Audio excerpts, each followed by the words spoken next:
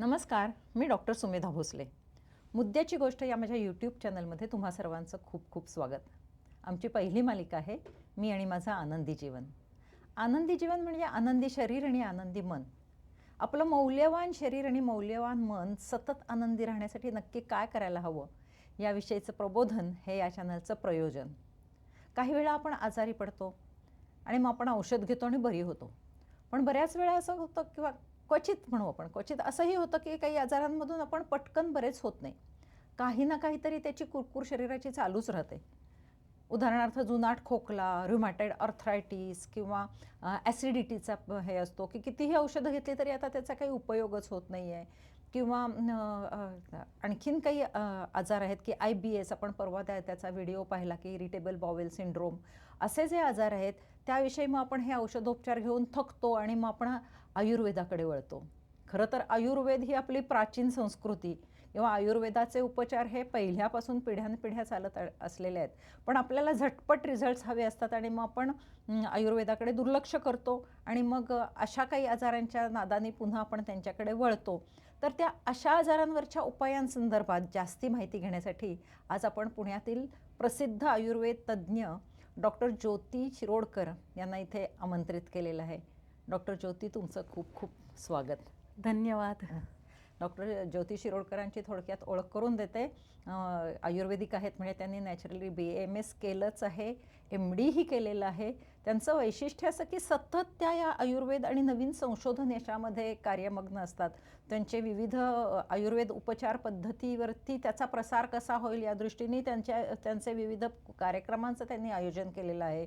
त्यांनी PhD केलेलं आहे. त्यांचे स्वतःचे अनेक शोधनिबंध आलेले आहेत.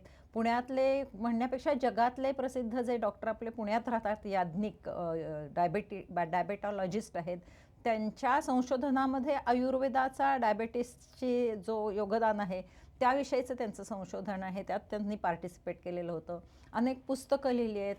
पुण्यातल्या सगळ्या प्रसिद्ध आयुर्वेदिक संस्था आहेत, शिक्षण संस्था, त्याच्याशी त्या संलग्न आहेत. अध्यापन करतात, लेख येतात, त्यांची शिबिरं असतात. आत्ताच त्यांचं 2-4 दिवसामध्ये एक डायबेटीसवरती शिबिर आहे आणि वैयक्तिकदृष्ट्या त्या शिबिरामध्ये प्रत्येकाला मार्गदर्शन करत असतात. तर अशा या आयुर्वेदाला पूर्णपणे वाहून घेतलेल्या तज्ज्ञ डॉक्टर आहेत. त्यांना आज आपल्याला संधी मिळाली आहे की एक वेगवेगळ्या आपले जे अवघड आजार आहेत त्याविषयी माहिती विचारण्याची.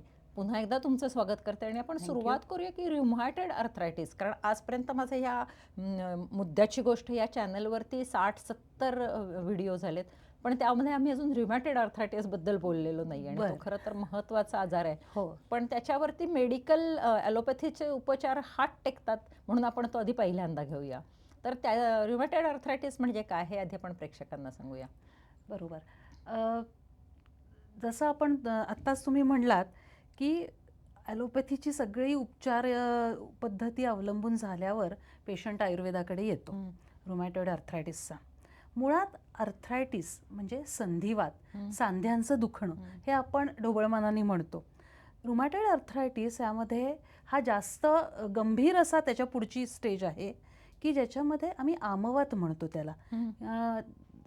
सगळे छोटे सांधे, मोठे सांधे हे सगळे अफेक्ट झालेले असतात.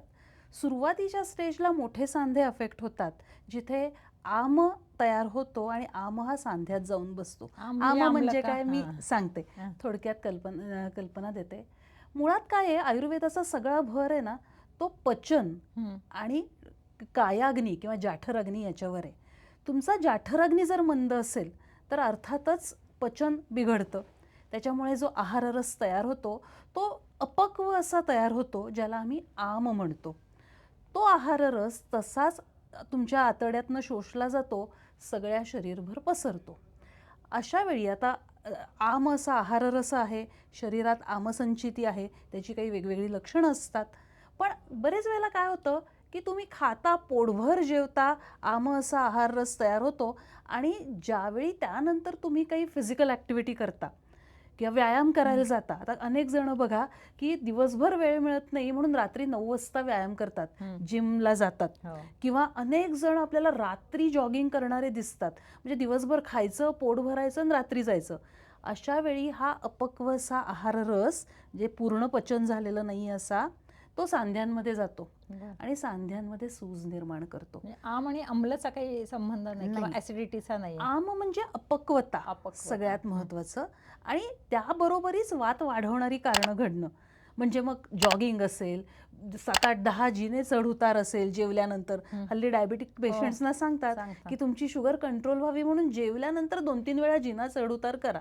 काही दिवसांनी आमवातामध्ये त्याची परिणती होते, कारण अर्धवट पचलेला आहार आणि वाढलेला वात, अतिशय ज्या ॲक्टिव्हिटीज आहेत त्याच्यामुळे ही सगळी संप्राप्ती घडून सांध्यांमध्ये सूज येते, पेन होतं, वेदना सिव्हिअर होतात, हालचाल जी आहे ती एफेक्ट होते आणि आपण म्हणतो ते रिजिडिटी किंवा स्टिफनेस येतो सांध्यांमध्ये.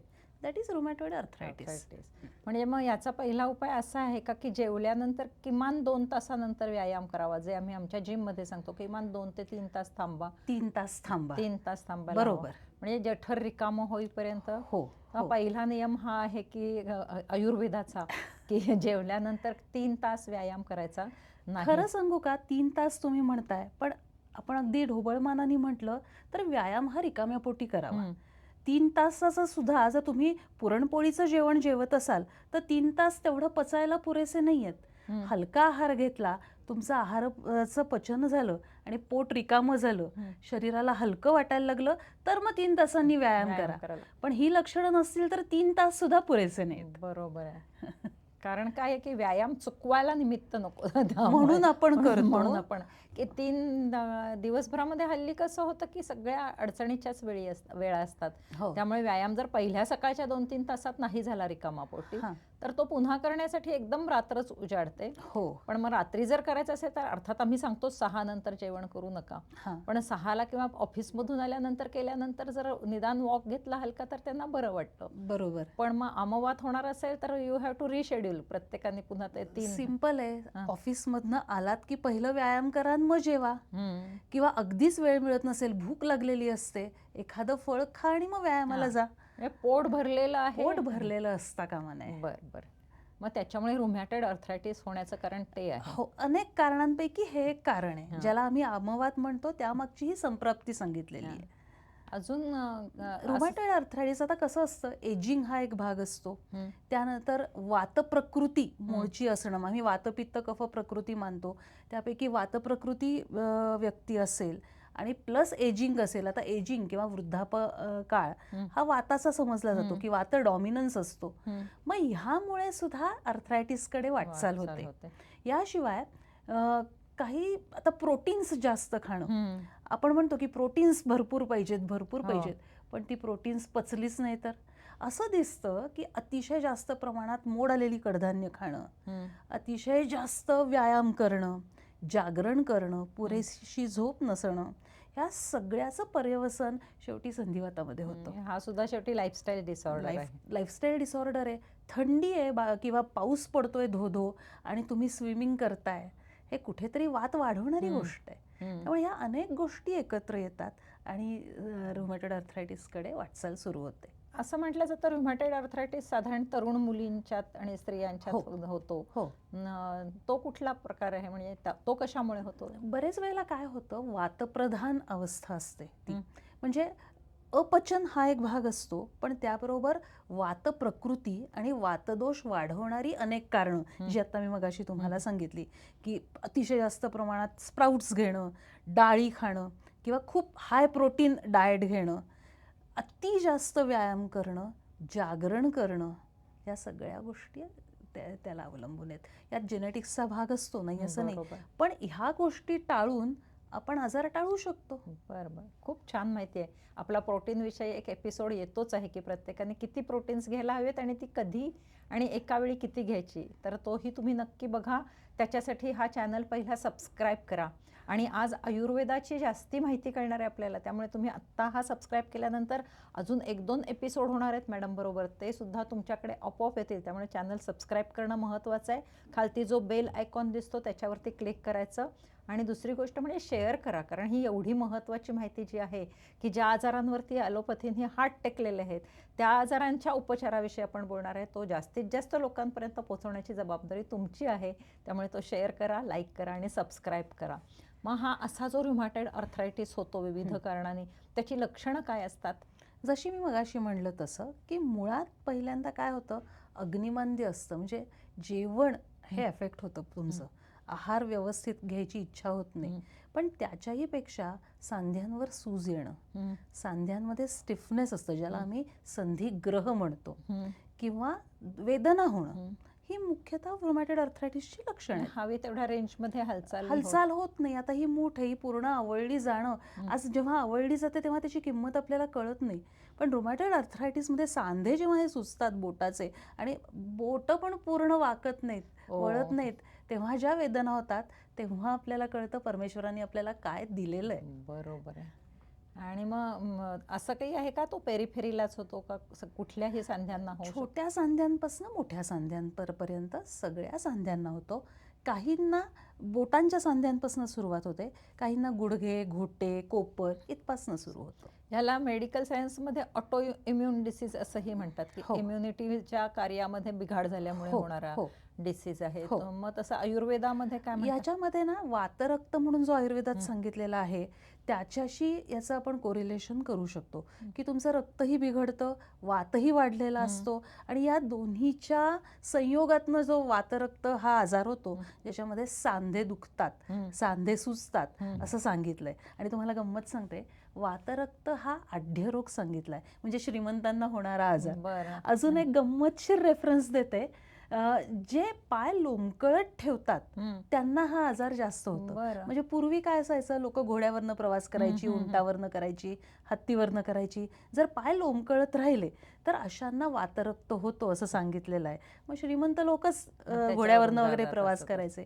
आणि सुरुवात होते अंगठ्यापासून. आपण जो गावटी आर्थरायटिस म्हणतो, दॅट इज नथिंग बट वातरक्त. मग हळूहळू गाऊट, मग त्यानंतर सगळे सांधे एफेक्ट व्हायला लागतात. आता घोड्याच्या जागी स्कूटर आणि आता स्कूटर आहे, लुना आहे, लोक पाय लोंबकळत ठेवतात, स्कूटरवरनं मागे बसतात तेव्हा. त्यामुळे फुटरेस्ट किती महत्वाचा आहे विचार करा. म्हणजे रिकीबीत पाय अडकवले तसेच फुटरेस्ट वरती पाय ठेवले तर होणार नाही, म्हणजे ते कारण टाळलं जाईल. पण आता दुसरी गोष्ट अशी, तुम्ही पूर्ण पोटभर जेवलात आणि जायचंय म्हणून घोड्यावर बसलात, घोड्यावरनं प्रवास सुरू केला, तर आमवाताचं कारण होणारच आहे ना. त्याच्यामुळे काही नियम जे सांगितलेत आहार विहाराचे ते इतके महत्वाचे आहेत, आणि आपल्याला वाटतं ते खूप साधे आहे, त्यात काय विशेष आहे. हो ना. सावकाश जेवा, घास चावून खा, किंवा जेवल्यानंतर 2-3 तास काही फिजिकल ऍक्टिव्हिटी करू नका, जेवल्या लगेच मेंटल ऍक्टिव्हिटी काही करू नका. हे सांगितलं, हे आपल्याला किती क्षुल्लक वाटतात गोष्टी, पण जेव्हा आपण सगळ्या व्याधीच्या कारणाचा विचार करतो तेव्हा आपण ह्याच याच्यावर येतो की अरे ह्याच महत्वाच्या गोष्टी आहेत. जेवण जड झाले म्हणून ते पचवण्यासाठी भराभर चालायची गरज नाही. चुकीचं आहे. शतपावली एवढाच त्याच्यावर शतपावली, जो काही व्यायाम करायचा आहे तो जेवणाच्या आधी करायचा आहे. खूप महत्वाचं आहे. लक्षणांमध्ये तुम्ही सांगितलं सूज येते, वेदना होतात, आणि मग पुढं काहीतरी त्या डिफॉर्मिटीज वगैरे पण होतात. अगदी, म्हणजे हातपाय वाकडे व्हायला लागतात, बोटं वाकडी होतात, आणि मग बोटांचं काम काय आहे, जी काही कलाकुसर आहे, हातात काही धरणं आहे, या सगळ्या क्रिया अफेक्ट होतात, ग्रीप जाते, आणि त्यामुळे मग आपलं लाईफच त्याच्यामुळे अफेक्ट होतं. चालतानाही जर पायाचे झाले तर चालताही नाही त्रास होतो, सरळ उभं राहता येत पण मग ते पूर्ववत होऊ शकतात सांधे. जर खूप जास्त डिफॉर्मिटी असेल तर होत नाहीत. बरं. पण सुरुवातीच्या अवस्थेत जर पेशंट्स आले तर ते पूर्ण बरे होऊ शकतात.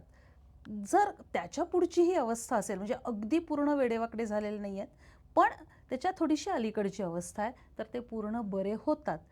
काही पेशंट्सच्या बाबतीत जरी सांधे वेडेवाकडे झालेले असले तरी ते सरळ झालेले, त्याची सूज गेलेली मी स्वतः पाहिलेली आहे. पण सर्वांच्याच बाबतीत वेडेवाकडे झालेले सांधे सरळ होतील हे सांगू शकत नाही. त्याचं कारण असं की किती जुना आहे तुमचा आजार, तेही महत्वाचं. तेच मी सांगणार होते की लगेच गेलं पाहिजे उपचारांसाठी, लगेच गेलं पाहिजे. सगळे उपाय करून थकलोय म्हणून आयुर्वेदाकडे जाण्यापेक्षा रुमॅटॉइड आर्थरायटिस वरती इथे चांगले उपचार आहेत, तर आधी आयुर्वेदाकडे जायला हवं. बरोबर. मग तुम्ही कशा पद्धतीचे उपचार देता त्याच्यात? जेव्हा पेशंट येतो पहिल्यांदा मी जी मेडिकल हिस्ट्री घेतो, आता तुम्हाला माहिती आहे की आयुर्वेदाची मेडिकल हिस्ट्री म्हणजे खूपच डिटेलिंग असतं. त्यामध्ये बेसिकली त्यांना काय लक्षण आहे, त्यांचा पूर्ण जन्मापासूनचा सगळी मेडिकल हिस्ट्री त्या क्षणापर्यंत आम्ही विचारतो. त्यात त्यांचं प्रकृती परीक्षण होतं, त्यांचं अष्टविध परीक्षण होतं, मलमूत्र, नाडी, मलमूत्र, जिव्हा, शब्द, स्पर्श, दृक, आकृती असं अष्टविध परीक्षण असतं. त्याच्यानंतर पूर्ण आम्ही 24 hours recall of the diet and food frequency questionnaire हे सगळं भरून घेतो. लाईफस्टाईल त्यांची काय आहे, त्याचं ओव्हरऑल दिवसभराचं रुटीन काय आहे, हे सगळं अभ्यासून नक्की कुठे काय चुकतंय किंवा आधी चूक झालेली आहे हे आधी आम्ही शोधण्याचा प्रयत्न करतो की ह्याला मुळात हा आजार का झाला ह्याचा आम्ही शोध घेतो. नवीन पेशंट जेव्हा आमच्याकडे येतो तेव्हा जवळजवळ अर्धा ते पाऊण तास तो कन्सल्टंट समोर बसलेला असतो आणि यामागे हाच उद्देश असतो त्याला बोलतं करणं आणि त्याच्या आयुष्यात काय नक्की कारण घडले की ज्याच्यामुळे त्याला हा आजार झाला आहे हे शोधणं. हे झालं की मग त्याप्रमाणे आम्ही त्याला डाएट, लाईफस्टाईल चेंजेस सांगतो, मॉडिफिकेशन्स सगळी त्याची सगळी. समजा त्याचं अग्निमांद्य असेल तर आम्ही अग्नीवर काम करतो. अग्निमांद्य म्हणजे काय? अग्निमांद्य म्हणजे पचनशक्ती कमी असणं, आपला डायजेस्टिव्ह ट्रॅक आणि त्याच्यात होणारा पचन व्यापार हा जाठराग्नीमुळे होतो. जठरात जो अग्नी आहे असं आम्ही मानतो. जाठराग्नी ही एक शक्ती आहे, त्याच्यामुळे आपलं पचन होतं. तो जाठराग्नी मंदावणं म्हणजे सब ऑप्टिमली फंक्शन करणं म्हणजे पचन हे सब ऑप्टिमल असणं याला आम्ही जाठराग्नी मांद्य म्हणतो. तर जर ते असेल लक्षण तर पहिल्यांदा आम्ही जाठराग्नीवर काम करतो. त्याबरोबरच पॅरलली त्याच्या सांध्यांना सूज असेल, पेन असेल, असतेच रुमॅटॉइड आर्थरायटिसमध्ये, तर मग स्नेहन, स्वेदन म्हणजे त्याला विशिष्ट प्रकारची तेलं लावणं, त्याला शेक देणं, स्टीम देणं, काही वेळा जर आम असेल तर आमपाचन करणारी औषधं देणं, हा असा सगळा आमचा तो पूर्ण कोर्स असतो. बाह्योपचार आणि अभ्यंतर उपचार. पण हे जे बाह्योपचार आहेत ते सिम्प्टोमॅटिक रिलीफ देतात का त्याचा क्युरेटिव्ह ट्रीटमेंटलाही उपयोग? क्युरेटिव्ह ट्रीटमेंटला त्याचा नक्की उपयोग होतो. वरून मसाज करून क्युरेटिव्हला होतो पण म्हणजे त्याच्या बरोबरीने पोटात औषधं लागतात. सुरुवातीला तुम्ही म्हणला तसं सिम्प्टोमॅटिक रिलीफ हा तर पहिला उद्देश आहे, पण त्यानंतर हे बाह्य उपचार जे आहेत ते औषधी उपचाराला कॉम्प्लिमेंटरी ठरतात. बरोबर आहे. जेव्हा तुम्ही म्हणालात की अग्निमांद्य म्हणजे पचन संस्था तुमची सुधारणं ह्याच्याकडे तुमचा मुख्य कल असतो आणि मग सायमल्टेनियसली हे सिम्प्टोमॅटिक. बरोबर. आणि त्याबरोबर मी पंचकर्म उपचार पण करतो की ज्याच्यामुळे शरीरशुद्धी होते. पंचकर्मामध्ये मुख्यतः बस्ती ही जी चिकित्सा आहे की काढ्याचे आणि तेलाचे एनिमास वेगवेगळ्या प्रकारचे, याच्यामुळे वात मुख्य कंट्रोलमध्ये येतो आणि शरीरात जे टॉक्सिन्स असतात ते बाहेर पडतात आणि त्यामुळे तुमची रिकव्हरी फास्ट व्हायला मदत होते. पण ऑफकोर्स त्याच्यासाठी पण त्या पेशंटची विशिष्ट अवस्था महत्त्वाची आहे की बस्ती देण्यायोग्य तो आत्ता त्या अवस्थेत आहे का, हा सगळा विचार करून पंचकर्म उपचार केले जातात. म्हणजे आता मी असं ऐकलं होतं की पंचकर्म करून घ्यावंच मधून प्रत्येक व्यक्तीने, जरी त्याला आजार नसले तर. म्हणजे प्रिव्हेन्शनमध्ये सुद्धा पंचकर्माचा खूप मोठा भाग आहे, क्युरेटिव्ह ट्रीटमेंटमध्ये. मग त्या पंचकर्मामध्ये आजारानुसार त्या बस्तीचे औषधं बदलतात. अगदी बरोबर आहे. म्हणजे वेलनेससाठी जे पंचकर्म असतं ते वेगळं असतं आणि आजारासाठी, स्पेसिफिक आजारांसाठी ती औषधं वापरून पंचकर्म उपचार केले जातात. पंचकर्माची 5 कर्म एकदा म्हणजे क्युरिओसिटी लोकांना आपण सांगू. मुळात काय आहे पंचकर्म म्हणजे काय? 5 प्रकारची असे उपचार की ज्यामुळे तुमच्या शरीरातले दोष बाहेर पडणार आहेत. कुठले आहेत ते उपचार? एक म्हणजे वमन म्हणजे उलटीवाटे दोष बाहेर काढणं. दुसरं आहे विरेचन म्हणजे जुलाबा वाटे काढणं. वमन हा कफासाठी असतो, विरेचन हे मुख्यतः पित्तासाठी असतं. नंतर आहे बस्ती म्हणजे एनिमा. त्यामुळे आपल्याला एनिमा म्हणजे सोप वॉटर एनिमा किंवा ग्लिसरीन एनिमा माहिती असतो, पण आयुर्वेदीय पंचकर्मातला एनिमा आणि हा म्हणजे नेहमीच्या एनिमापेक्षा ही बस्ती ही जी संकल्पना आहे ही खूप खोलवर आहे, खूप विस्तृत आहे. तर त्याला आम्ही विशिष्ट औषधी तेल, औषधी काढे वापरतो की ज्याच्यामुळे वातावर आम्ही काम करतो. म्हणजे वात झालं, पित्त झालं, कफ झालं. चौथं जे आहे ते नस्य म्हणजे नाकातनं औषध सोडणं. नासा ही शिरसोद्वारम म्हटलेलं आहे. नाकातनं सोडलेलं औषध पूर्ण हेड रिजनवर काम करतं. अगदी फ्रोझन शोल्डर असेल तरी आम्ही नस्य सांगतो. तर त्यानंतरचं 5वं जे आहे ते रक्तमोक्षण, ब्लड लेटिंग. म्हणजे मग ते ब्लड लेटिंग का करायचं? तर शरीरात जे अशुद्ध रक्त असतं त्यामुळे जर काही प्रॉब्लेम असतील तर त्या ब्लड लेटिंगमुळे तो प्रॉब्लेम कंट्रोलमध्ये यायला मदत होते. त्याचे पण वेगवेगळ्या पद्धती आहेत. एक म्हणजे चक्क सिरावेध म्हणजे आम्ही चक्क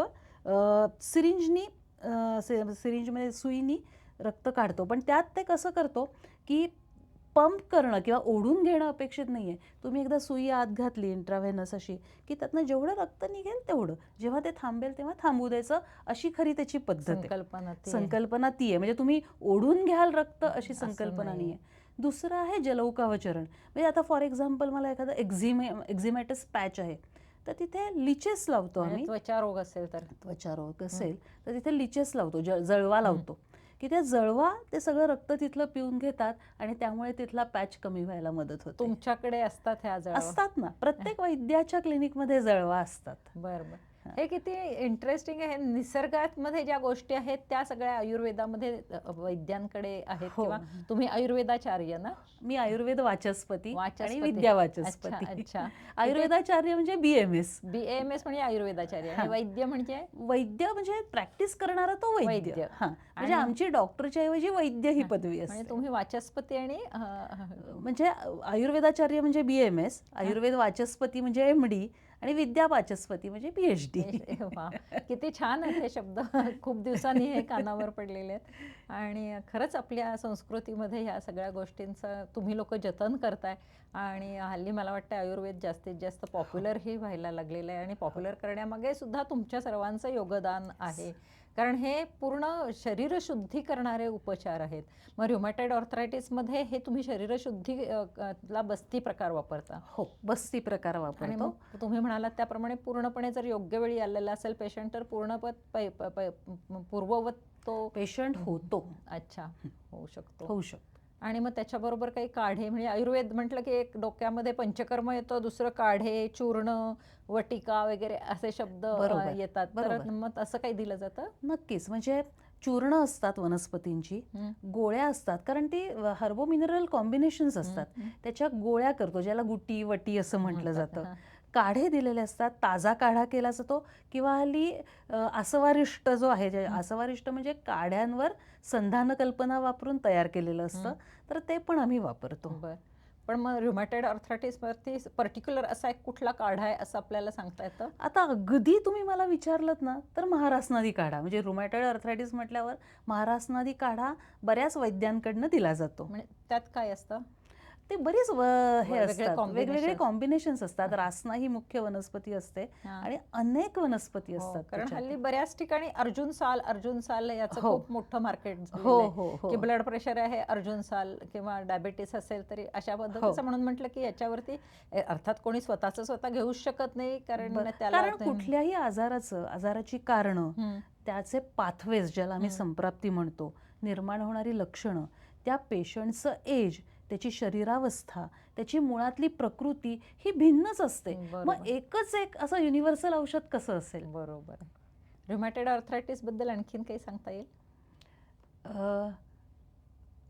मुख्य म्हणजे रुमॅटॉइड आर्थरायटिस म्हटल्यावर तुम्हाला आहार हा भाग खूप महत्त्वाचा आहे, हं. की तुम्ही काही स्पेसिफिक गोष्टी, उदाहरणार्थ दही हं.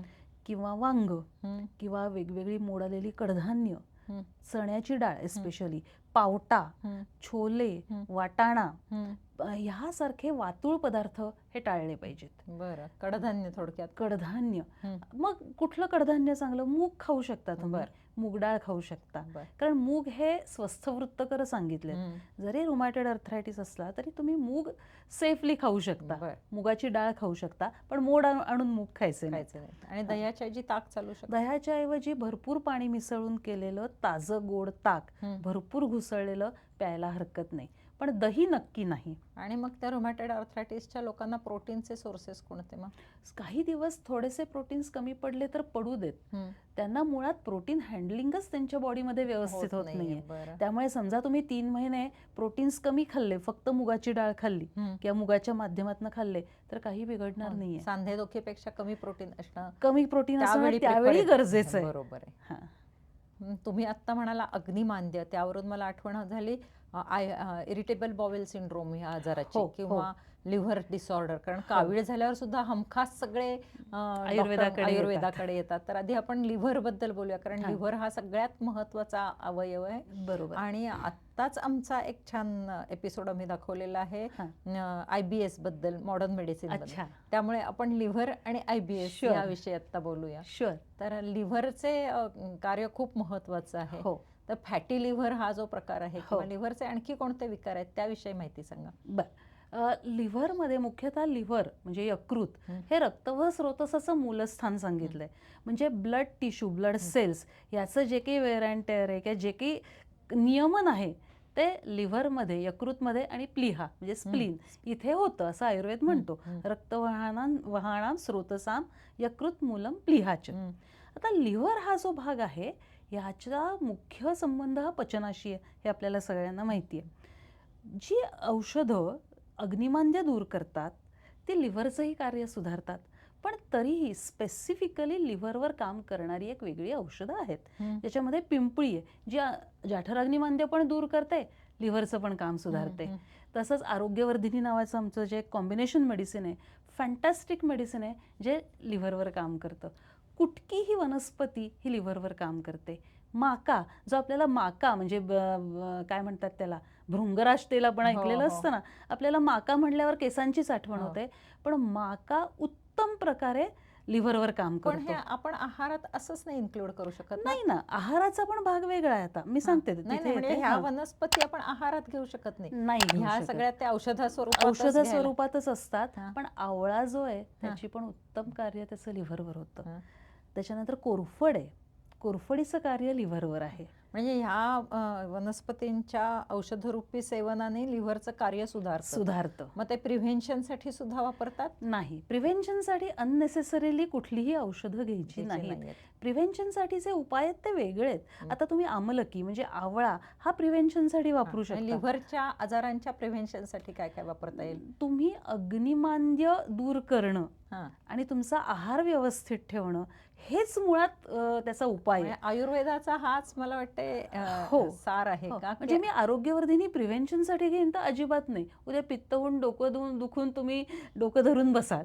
बरं, जे ते औषध त्या वेळी गरजेचं आहे. आयुर्वेद आहे म्हणून काही मी प्रिव्हेन्शनसाठी वर्षानुवर्ष घेत बसलो चुकीचं आहे. ती पोटेंट मेडिसिन्स आहेत, अननेसेसरी घेऊन चालणार नाहीत. पण आता आवळा जसा आहे की आवळा तुम्ही घेऊ शकता, कारण आवळा जो आहे तो शमन द्रव्य आहे, शमन करण्याचं काम करतो. त्यामुळे उद्या तुम्ही आवळ्याचा रस घेतलात किंवा घेतात अनेक जण आवळ्याचा ज्यूस, तर तो उत्तम आहे, तो घ्यायला हरकत नाही. फ्रेश घ्यायला हवा का? त्याचं चूर्ण मिळतं? केव्हाही आवळ्याचा रस म्हणजे कुठल्याही वनस्पतीचा फ्रेश जो रस आहे तो केव्हाही श्रेयस्कर आहे. केव्हाही. तो नसेल तर चूर्ण, पण ते चूर्ण हे वृक्ष पडतं मग. त्यामुळे ते गरज असेल तर घ्या, अननेसेसरीली वर्षानुवर्ष घ्यायचं नाही. म्हणजे आवळ्याचं चूर्ण म्हणते मी. आवळ्याचं चूर्ण पण आता त्रिफळा घेतोच ना, लोक त्रिफळा तूप मधातनं घेतात. तसं तुम्ही जर योग्य अनुपानाबरोबर घेतलं त्याला आम्ही रसायनद्रव्य म्हणतो, की तुमच्या शरीरातल्या सगळ्या पेशींचं कार्य सुधारण्याचं काम करतो आणि जे टॉक्सिन्स असतील ती बाहेर काढण्याचं काम करतात ह्या गोष्टी. तर ते घ्यायचं असेल तर विशिष्ट वेळी, विशिष्ट डोसमध्ये, विशिष्ट अनुपानाबरोबर घेतलं तर हरकत नसते. मी अशासाठी विचारत होते पुन्हा पुन्हा, कारण आवळा सुपारी करून ठेवण्याची एक आपल्याकडे प्रथा आहे. बरोबर आहे. तर ती किती खायची? सुपारी ही सुपारीच्या मात्रेत खा, मुठभर पण खात नाही. एखाद दुसरा आवळ्याचा हे जर तुम्ही खाल्लात तर तो काही प्रॉब्लेम नाहीये. शेवटी ते आहार्य द्रव्य पण होतं. कारण पुन्हा हा आवळा फ्रेश सतत 12 महिने उपलब्ध नसतो. जेव्हा मिळतो तेव्हा फ्रेश आवळे खाल्ले पाहिजेत. पण मग आवळ्याच्या रसाचं काम वेगळं आहे, आवळा सुपारीचं वेगळं आहे. आवळा सुपारी ही जास्त जेवल्यानंतर पित्त जे होतं किंवा पाचक म्हणून जास्त वापरली जाते, पण आवळ्याचा रस हा रसायन म्हणून काम करतो. म्हणजे तुमच्या पेशींना तरतरीत करणं हे आवळ्याच्या रसाचं काम आहे. आणि मग मोरावळा वगैरे करून ठेवतात. मोरावळा करून ठेवतात, त्यामुळे आवळा प्रिझर्व्ह होतो. त्यामुळे त्याचा ब्लड प्रेशर कमी करण्यामध्ये खूप उपयोग आहे. किंवा पित्त शमन होतं मोरावळ्यानी. हे आहार्य द्रव्य आहे. परत जसं आपल्या घरातलं लोणचं आहे तसं मोरावळा आहे, पण त्याच्यात साखर जास्त असते हे विसरून चालणार नाही. येणार होते की डायबिटीस असेल तर ते खायला फार खाऊन चालणार नाही. लिव्हर म्हटलं तर आवळा, फ्रेश आवळा हे एक प्रिव्हेंटिव्ह म्हणून आहे. आणि क्युरेटिव्ह असेल तर तुम्हाला वैद्यांकडेच जायला लागेल, त्याच्याशिवाय काही इलाज नाहीये. पिंपळी आहे, गुटकी आहे तुम्ही म्हणाला. पण लिव्हरचे कोणते आजार जास्ती करून आढळतात सध्या? एकतर कावीळ होते लोकांना, त्यामध्ये वृद्धपत कामाला म्हणजे ऑब्स्ट्रक्टिव्ह जॉन्डिस ज्याला म्हणतो, किंवा बहुपित्ता कामाला असते. फॅटी लिव्हर असतं हल्ली. फॅटी लिव्हर तर खूप कॉमन झालंय. लिव्हर सिरोसिस ते तर प्रचंड प्रमाणात वाढलंय. कशामुळे वाढलंय हे? आता कसं आहे की अल्कोहोलिक लिव्हर डिसीज आपल्याला माहितीच आहे, नॉन पण हल्ली नॉन अल्कोहोलिक हं. मधचं हे वाढलेलं आहे. माझ्या मते ह्याचं कारण एकतर जी काही अनेक प्रकारे औषधं घेतली जातात किंवा रुक्षण होतं शरीरात, ते हे एक कारण असण्याची शक्यता आहे. या निमित्ताने पुन्हा एकदा लोकांना आपण लिव्हरची कार्य सांगूया की हां. कशामुळे वरती याचा परिणाम होतो, तर ती कार्य सांगू. मुळात लिव्हर काय करतं तर पचनामध्ये अन्नपचनामध्ये त्याचा महत्त्वाचा वाटा आहे. कारण लिव्हरमधनं बाईल जे काही येतं इंटेस्टाईन्समध्ये त्याचा पचनाशी संबंध आहे. दुसरं जी काही तुम्ही औषधं घेता ती मेटाबोलाइज करणं हे लिव्हरचं काम आहे, आणि ती जर व्यवस्थित झाली नाही तर लिव्हरवर ताण येऊ शकतो. त्यामुळे औषधं तुम्ही वारंवार सतत घेत असाल, डोकं दुखलं घे गोळी, पोट बिघडलं घे गोळी, पाय दुखला घे गोळी, सतत लोक काही गोळ्या खातात, याचा शेवटी ताण लिव्हरवर येणार आहे, आणि हेही एक महत्त्वाचं कारण असू शकतं. याशिवाय वेगवेगळी सध्याच्या ह्याच्यातली पोल्युटंट्स ही पण लिव्हरला एफेक्ट करतात, कारण शेवटी तो पहारेकरी आहे ना आपल्या शरीरातला, त्याच्यावर तुम्ही किती ताण छान द्याल. उपमा आहे की तो पहारेकरी आहे. मला हेच सांगायला हवं होतं लोकांना की तुम्ही जे जे खाल त्यातले जे चुकीची द्रव्य आहेत त्याचं डिटॉक्सिफिकेशन, त्यातले ते विष आहे ते काढून टाकण्याचं काम त्याच्यावर आहे. त्यामुळे चुकीचे पदार्थ खायचे नाहीयेत, हा महत्त्वाचा मेसेज द्यायचा आणि मॅडम. सगळ्यात महत्त्वाचं जे पॅकेज्ड फूड आहे त्याच्यामधली preservative, artificial colours, artificial flavour, sweeteners, हे सगळे प्रॉब्लेम करतात. त्या लिव्हरवरच ताण येतो. त्या लिव्हरलाच त्याचं सगळं डिटॉक्स करायला लागतं. त्याच्यामुळे लिव्हरला आजार होत आहेत, आणि असे आजार होत आहेत की तुम्ही अल्कोहोल न घेता सुद्धा तुम्हाला फॅटी लिव्हर सारखा आजार होतो. बरोबर आहे. खूप जण हल्ली हे पेशंट खूप वाढलेत. हो ना. आणि फॅटी लिव्हरचं कॉम्प्लिकेशन शेवटी सिरोसिस म्हणजे काय? सिरोसिस म्हणजे लिव्हरचं जे काही आहे कार्य, म्हणजे आज सगळं फायब्रस टिश्यू तयार होतो आणि त्याच्यामुळे लिव्हरच्या कार्यामध्ये अडथळा निर्माण होतो. मग त्याचा परिणाम काय होतो तर पोटात पाणी साठतं, ज्याला आपण जळोदर म्हणतो. त्याचं म्हणजे एक तर भूक लागत नाही, तुमचे सगळे लिव्हरचे जे काही पॅरामीटर्स आहेत ब्लड टेस्टमध्ये ते सगळे टॉसला जातात आणि पोटात पाणी साठतं. पोटात पाणी साठलं की सगळंच काय म्हणतात त्याला आपण मुसळकेरात गेलं असं म्हणतो. कारण मग त्याचं प्रेशर हार्टवर येतं, त्याचं प्रेशर लंग्सवर येतं, मग दम लागणं, पायावर सूज येणं, आणि शरीरात भरपूर 12-13 लिटरपर्यंत पाणी साठणं, यात तुमचं लाईफ पूर्ण एफेक्ट होतं आणि हेल्थचे 3-13 वाजतात. इतकं महत्त्वाचं लिव्हर आहे, आणि त्याचं आरोग्य सांभाळण्यासाठी आयुर्वेदाकडे खूप चांगल्या वनस्पती आहेत. त्यामुळे लिव्हरच्या बाबतीमध्ये जर काही असं आढळलं तर, कारण हल्ली जनरली कुठल्याही कारणासाठी आपण स्क्रीनिंग केलं किंवा लिव्हर फंक्शन टेस्ट केली की फॅटी लिव्हर अगदी नॉर्मल साध्या लोकांना सुद्धा आढळतंय. असं आढळलं तर मला असं वाटतं की त्यांनी ताबडतोब आयुर्वेदाकडे जायला पाहिजे, आयुर्वेदाकडे जायलाच पाहिजे, आणि इव्हन हिपॅटॉलॉजिस्टकडे जाऊन किंवा गॅस्ट्रोएंट्रॉलॉजिस्टकडे जाऊन इव्हॅल्युएट पण करा. जर असं काही तुम्हाला आढळलं तर की नक्की तुम्हाला काय होतंय, त्यांना सुद्धा इन्व्हॉल्व करा. पण आयुर्वेदिक ट्रीटमेंट ही डेफिनेटली सुरू करा, कारण ती तुम्हाला एक मार्ग दाखवेल. बरोबर आहे. मग मला तर असंही वाटतं सांगायला लोकांना की फॅटी लिव्हर आढळलं, तुम्ही तुमच्या गॅस्ट्रोलॉजिस्टकडे गेला, त्यांनी तुम्हाला सांगितली ट्रीटमेंट, मग त्यावेळी ती ट्रीटमेंट सुरू करायच्या आधी आयुर्वेदाची करून किती उपयोग होतोय, किंवा ती ट्रीटमेंट केल्यानंतर किती उपयोग होतोय, काय रेट आहे, याचं स्वतःचं. कारण मला असं वाटतं की आयुर्वेद थोडासा मागं पडण्याचं कारण आहे की लोक वापरत नाहीयेत आणि त्याचं डॉक्युमेंटेशन झालेलं नाहीये की आहे त्या रिझल्टचं.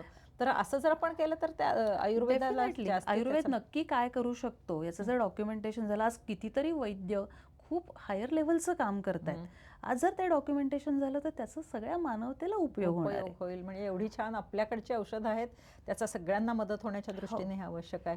आता इरिटेबल बॉवेल सिंड्रोम, कारण त्याचा सुद्धा शॉर्टफॉल असा आहे की त्याचं कारणच कळत नाही. बरोबर. तर त्याविषयी सांगा.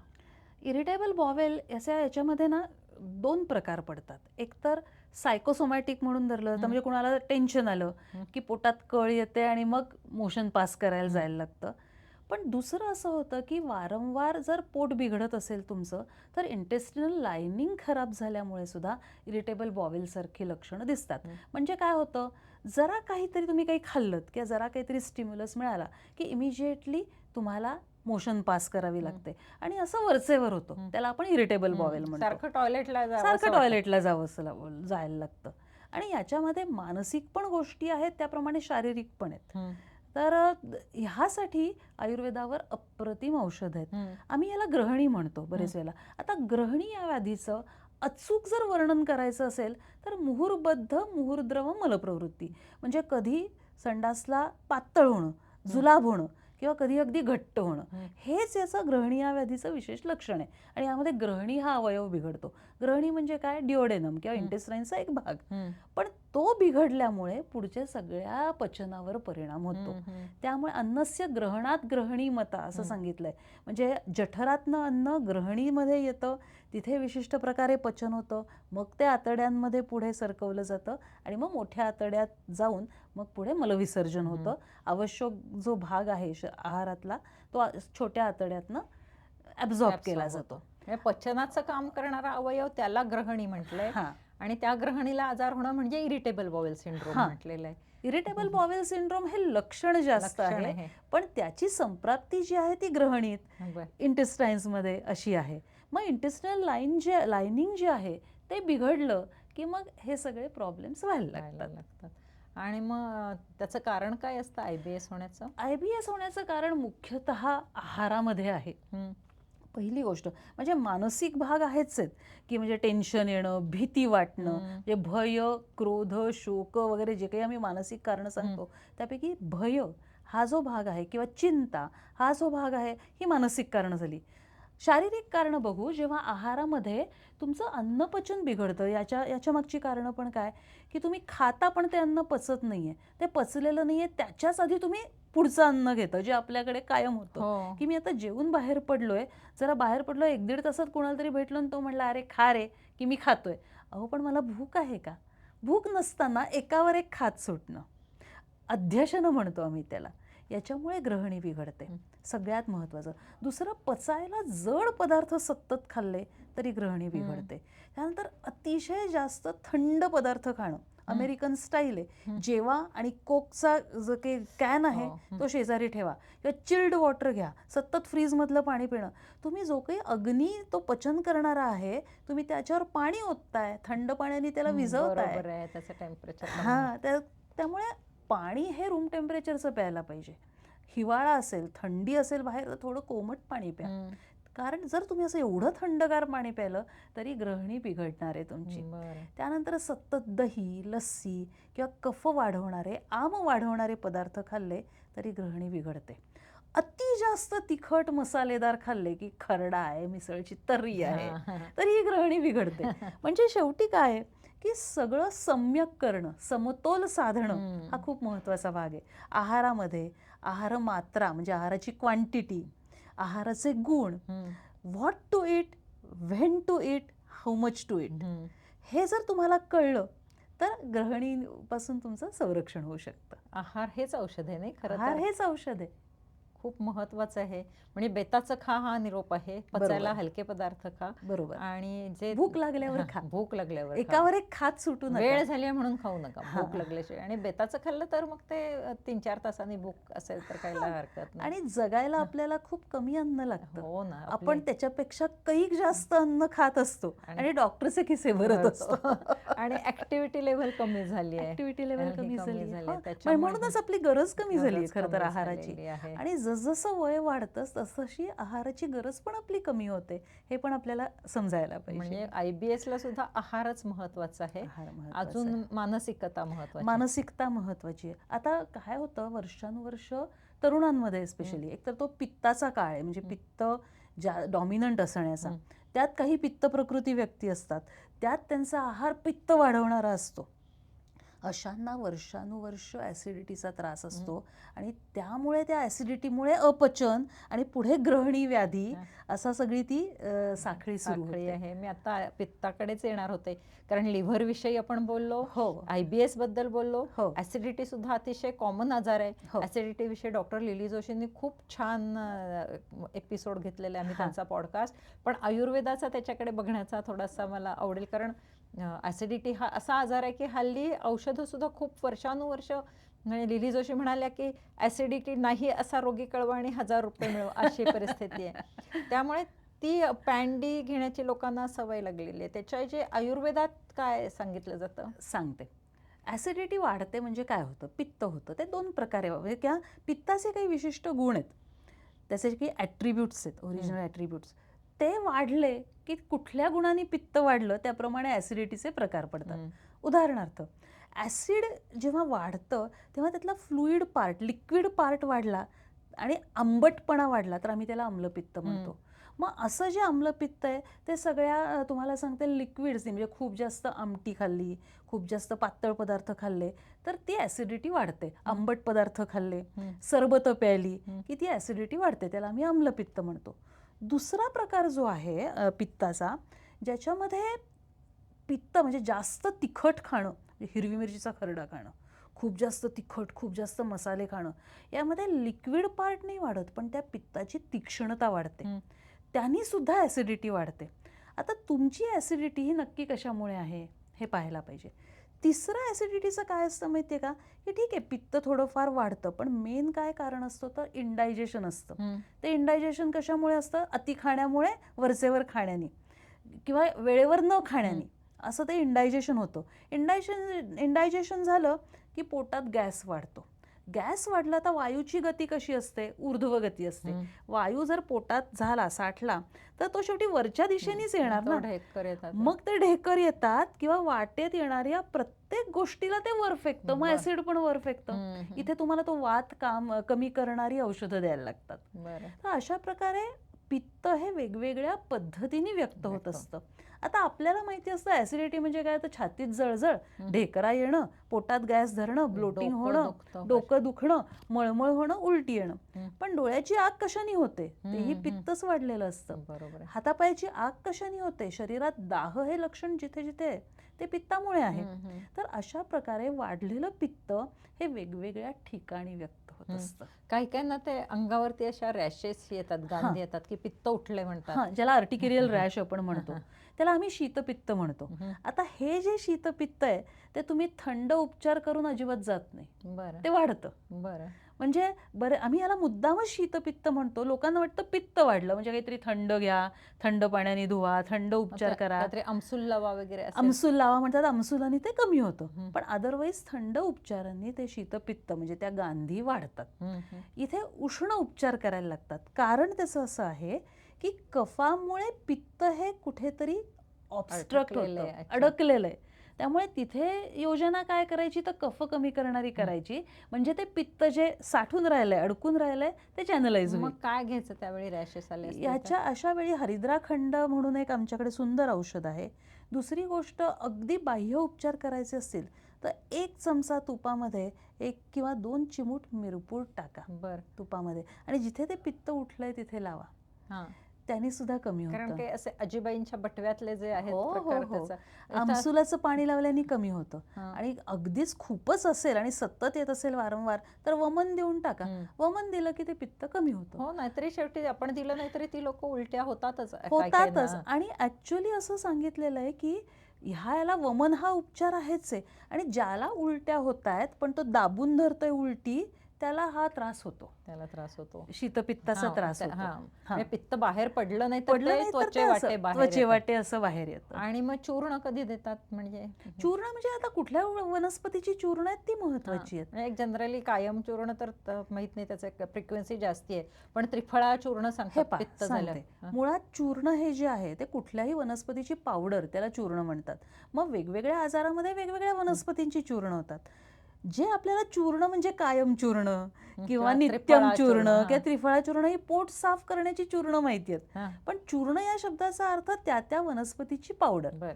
आता इथे त्रिफळा चूर्ण जे आहे ते पोट साफ करण्यासाठी दिलं जातं, पण त्रिफळा चूर्णाचा उत्तम उपयोग काय असेल तर पित्त कमी करतच ते शरीरातलं, शीतपित्तासाठी नाही. पण जर तुम्हाला तोंड येत असेल, डोळे आलेले असतील किंवा कुठेतरी असे रॅशेस उठत असतील, पुरळ उठत असेल पित्तामुळे, तर त्रिफळा घेऊन ते पित्तशमन होतं.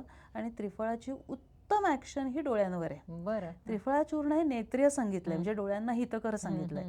त्रिफळा चूर्ण अर्धा चमचा जर तुम्ही तूप मधात न घेतलं तर डोळ्यासाठी ते उत्तम रसायन आहे.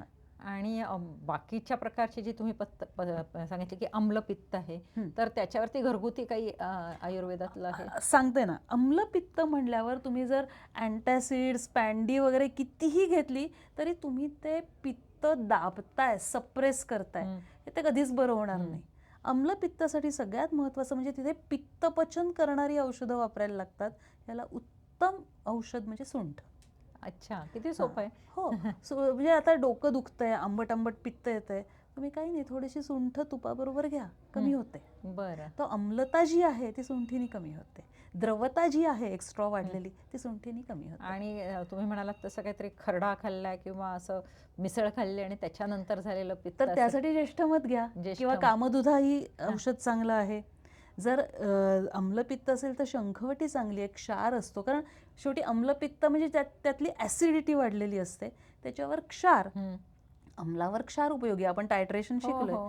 त्याप्रमाणे शंखवटी ही उत्तम आहे त्याच्यावर. हा थोडासा अजिबाईंचा बटवा नाही आपल्याला ठेवता येणार, पण एखादी बॉक्स ठेवून त्याच्यात ह्या गोष्टी काहीच हरकत आपल्याला नाही. ठेवायला हव्यात घरात. ॲक्च्युली ठेवायला हव्यात, की या हां. छोट्या छोट्या गोष्टींसाठी एक 7-8 औषधं आयुर्वेदिक आपल्या घरी असली आणि ती कधी कुठे वापरायची हे जर आपण सांगू शकलो लोकांना, तर अक्षरशः घरच्या घरी उपाय होतो. कुठली कुठली आपल्याला सांगता येतील तशी औषधं? याच्यामध्ये एक आहे, जसं मी म्हटलं, प्रवाळ पंचामृत आहे. ते कशावरती प्रवाळ उपयोग? पंचामृत हे पित्तावरच आहे. खूप उलट्या होत आहेत, ते कुठेतरी थांबवायचे आहेत. पित्त वाढलंय तर प्रवाळ पंचामृत आहे. खूप जास्त जळजळ होतीये पित्तामुळे आणि मी प्रवाळ पंचामृत म्हणलं ते आम्लपित्तावर प्रवाळ पंचामृत उपयोगी आहे. खूप जळजळ होतीये छातीत किंवा जिथे थंडपणा यायची गरज आहे किंवा जुलाबावाटे पित्त पडतंय, कामधुधा घ्या. सूतशेखर हे तर आपलं वर्षानुवर्ष पिढ्यानपिढ्या आहे. डोकं दुखतंय, उलट्या होत आहेत, मळमळ होतीये, आंबट पित्त पडतंय, तोंड आंबट पडतंय, सूतशेखर घेऊन टाका. त्याच्यानंतर काहीतरी दुखतंय, म्हणजे कुठेतरी अंग दुखतंय, बॉडी एक आहे, कुठला तरी अवयव दुखतंय, महायोगराज गुगुळ किंवा योगराज गुगुळ घरी हवा. त्याच्याप्रमाणे मी मगाशी म्हणलं असं शंखवटी, की पोटात गॅस धरलेला आहे, ढेकरा येत आहेत किंवा ढेकर येत नाहीये, शंखवटी घ्या. नंतर पोटात गॅस आहे आणि खूप जास्त गॅसेस पास होत आहेत, लशू नदीवटी घ्या. ही आणि त्रिभुवन कीर्ती. त्रिभुवन कीर्ती एक कायम घरात हवी. जरा कुठे सर्दी होतीये, मला असं अंग काय मोडून आलंय असं वाटलं, 2 त्रिभुवन कीर्तीच्या गोळ्या इमिजिएटली घ्या.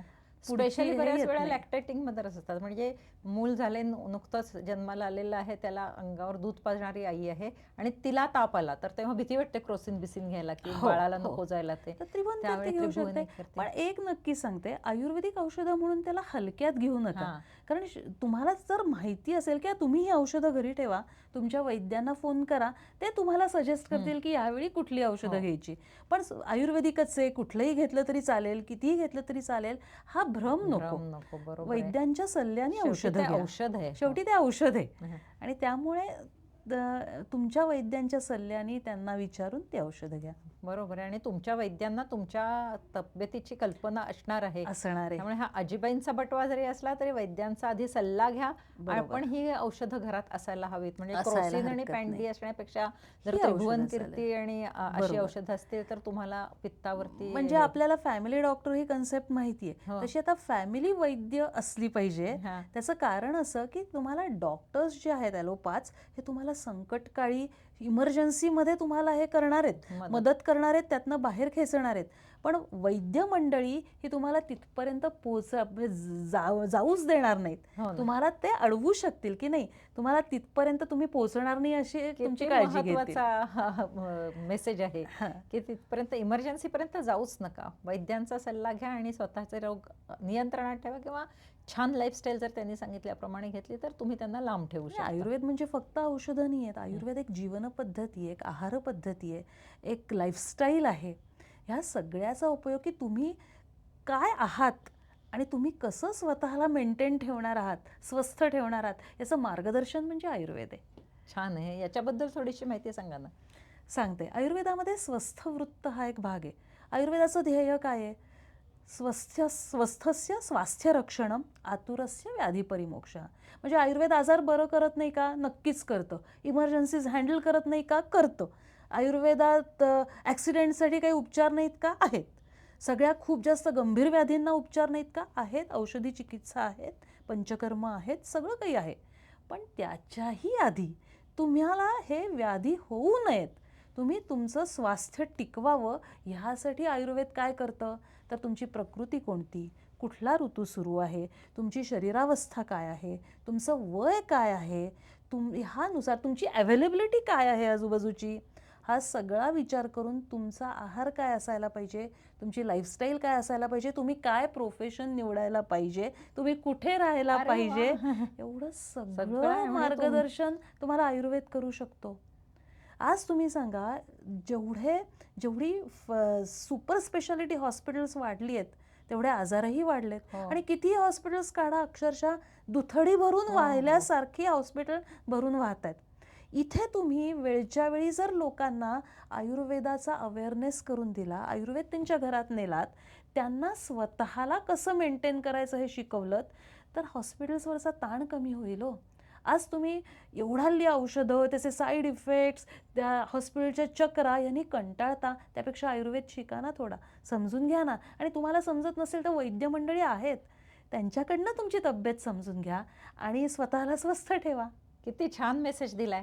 आणि याविषयीच आपण पुढच्या ह्याच्यामध्ये एपिसोडमध्ये त्यांच्याकडून माहिती घेणार आहोत की आयुर्वेद घरी ठेवा म्हणजे आपल्याला घरी काय काय ठेवता येईल आणि आयुर्वेदाकडे बघण्याचा आपला दृष्टिकोन कसा करता येईल याविषयी माहिती घेऊया.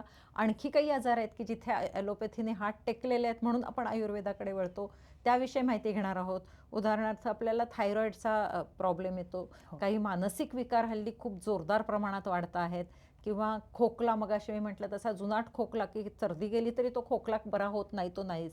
अशा आजारांविषयी आपण आणखीन माहिती पुढच्या एपिसोडमध्ये घेणार आहोत.